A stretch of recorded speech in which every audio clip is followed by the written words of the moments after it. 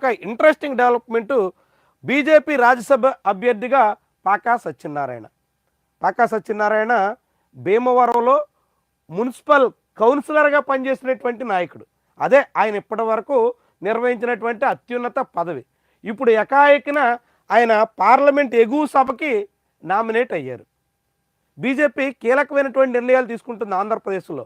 ఎంత ఇంట్రెస్టింగ్ అంటే ఇప్పటి వరకు ఆంధ్రప్రదేశ్ తరపున ఏకైక మంత్రి పదవి బీజేపీ కేంద్రంలో తీసుకుంటే ఆ బీజేపీ నాయకుడు గోదావరి జిల్లాల నాయకుడు శ్రీనివాస వర్మ, భీమవరానికి చెందినటువంటి నాయకుడు, నరసాపురం పార్లమెంట్ నుంచి గెలిచి ఇప్పుడు కేంద్ర ప్రభుత్వంలో సహాయ మంత్రిగా ఉన్నారు.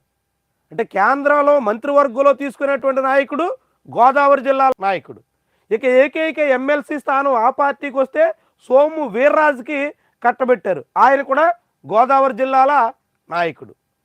ఇక ఇప్పుడు రాజ్యసభ సీటుకి ఏకైక బీజేపీ తరపున అవకాశం ఇప్పుడొస్తే అది కూడా గోదావరి జిల్లాల నాయకుడు, అదే భీమవరం నుంచి. అంటే గోదావరి జిల్లాల నాయకులకి బీజేపీలో ప్రాధాన్యత దక్కుతుంది. వరుసగా 3 కీలకమైనటువంటి స్థానాల్లో కేంద్ర ప్రభుత్వంలో సహాయ మంత్రి, ఎమ్మెల్సీ స్థానం, ఇప్పుడు రాజ్యసభ స్థానం అన్నీ గోదావరి జిల్లాల నేతలకే దక్కాయి. చాలామంది పోటీ పడ్డారు. ఎవరు పోటీలో లేకుండా కేవలం వాళ్లే కాదు, అనేక మంది ఆశావాహులు ఉన్నారు, అభ్యర్థించారు. కానీ గోదావరి జిల్లాల నాయకులకే దక్కింది.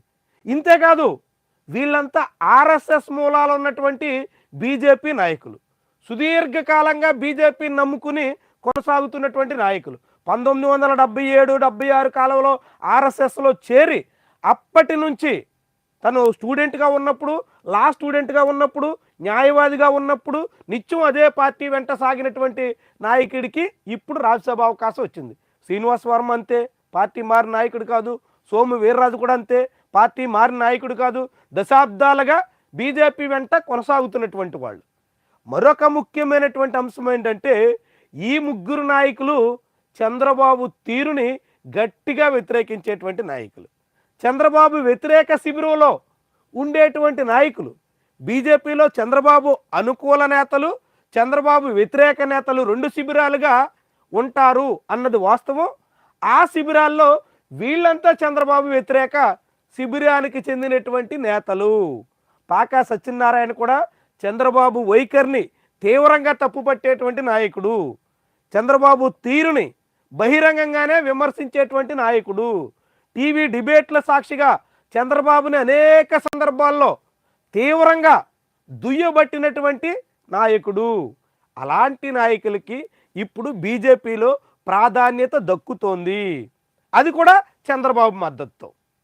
చంద్రబాబు మద్దతుతోనే ఆంధ్రప్రదేశ్లో బీజేపీ 3 లోక్సభ స్థానాలు గెలవగలిగింది.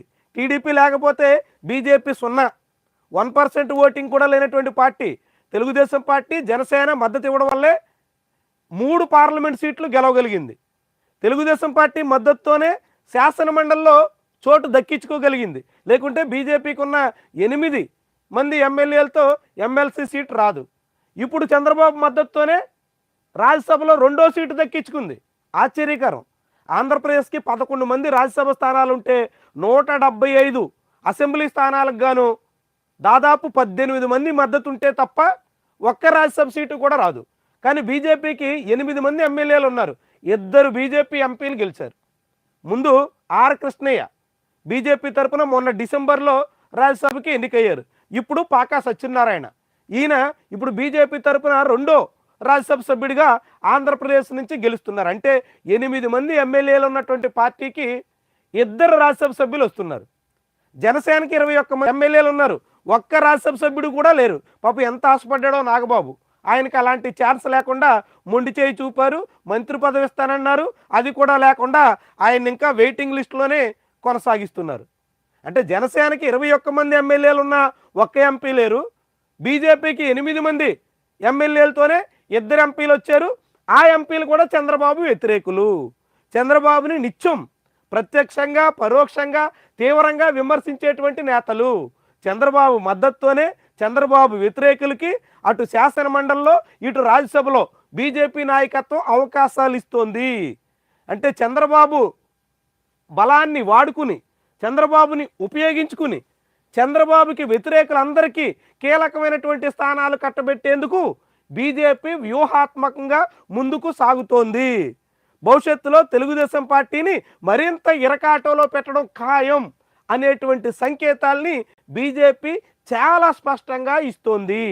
ఇదే ఇప్పుడు తెలుగుదేశం పార్టీ నేతల్లో శ్రేణుల్లో కలవరానికి కారణంగా కనిపిస్తోంది. చాలా TDP social media handles pak Satyanarayana గతంలో మాట్లాడినటువంటి వీడియోలన్నీ ఇప్పుడు షేర్ చేసి ఇలాంటి వాళ్ళనా మా నెత్తిన పెడుతున్నారు, ఇలాంటి వాళ్ళనా మా కృషితో ఇప్పుడు మీరు పదవులకి ఎంపిక చేస్తున్నారు అంటూ చంద్రబాబు నిలదీస్తున్నారు.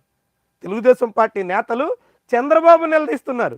ఎందుకు అంటే చంద్రబాబు వ్యతిరేకులకే ఇప్పుడు బీజేపీ అన్ని రకాల అవకాశాలు ఇస్తుంటే, చంద్రబాబుని తీవ్రంగా విమర్శించినటువంటి వాళ్ళకే ఇప్పుడు పదవులు కట్టబెడుతుంటే, అలాంటి వాళ్ళకి చంద్రబాబు అనివార్యంగా మద్దతు ఇవ్వాల్సినటువంటి పరిస్థితి రావడాన్ని టీడీపీ శ్రేణులు తప్పుపడుతున్నాయి.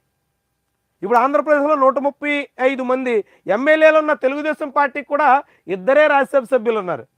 8 మంది ఎమ్మెల్యేలు ఉన్న బీజేపీకి కూడా 2 రాజ్యసభ సభ్యులు ఉన్నారు. అంటే టీడీపీకి బీజేపీకి సమానంగా ఇప్పుడు రాజ్యసభలో ఆంధ్రప్రదేశ్ నుంచి ప్రాతినిధ్యం ఉంది. అంటే ఎట్లాంటి రాజకీయాలు నడుస్తున్నాయి, బీజేపీ ఎలా వ్యూహాత్మకంగా చంద్రబాబుని ఉపయోగించుకుని బలపడుతుంది, చంద్రబాబు ఆధారంగా బీజేపీ బలోపేతం అయ్యేందుకు ఏ రీతిని అడుగులు వేస్తుంది చాలా స్పష్టంగా కనిపిస్తుంది. ఇదే టీడీపీ నేతలకు కంగారు పుట్టిస్తుంది. కమలం బలపడుతున్నటువంటి తీరు వాళ్ళని ఆందోళనకు గురి చేస్తుంది.